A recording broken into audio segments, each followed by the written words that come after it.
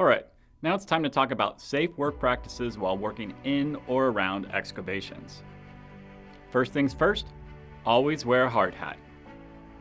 Do not enter an excavation unless the required protective systems have been installed, inspected, and approved by a competent person.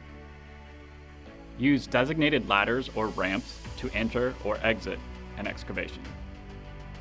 If people or equipment will be working near an excavation, set up flaggers, warning signs, or barricades to make sure that the excavation can be seen.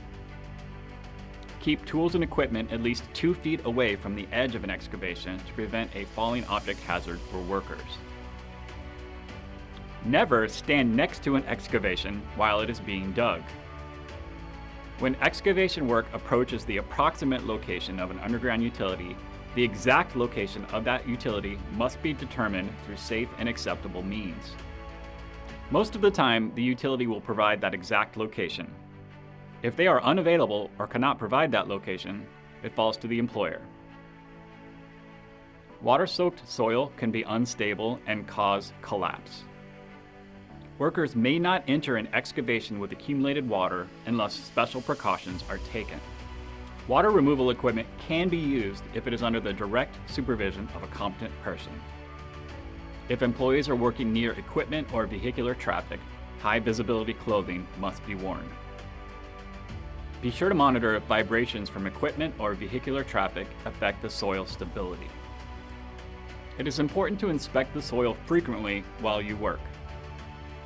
Wetness, oil, discoloration, or changes in soil stability can indicate that there is soil contamination. Chemical, rotting, or foul odors can be a sign of soil contamination. Buried containers, oil drums, and septic tanks are also another sign of potential contamination.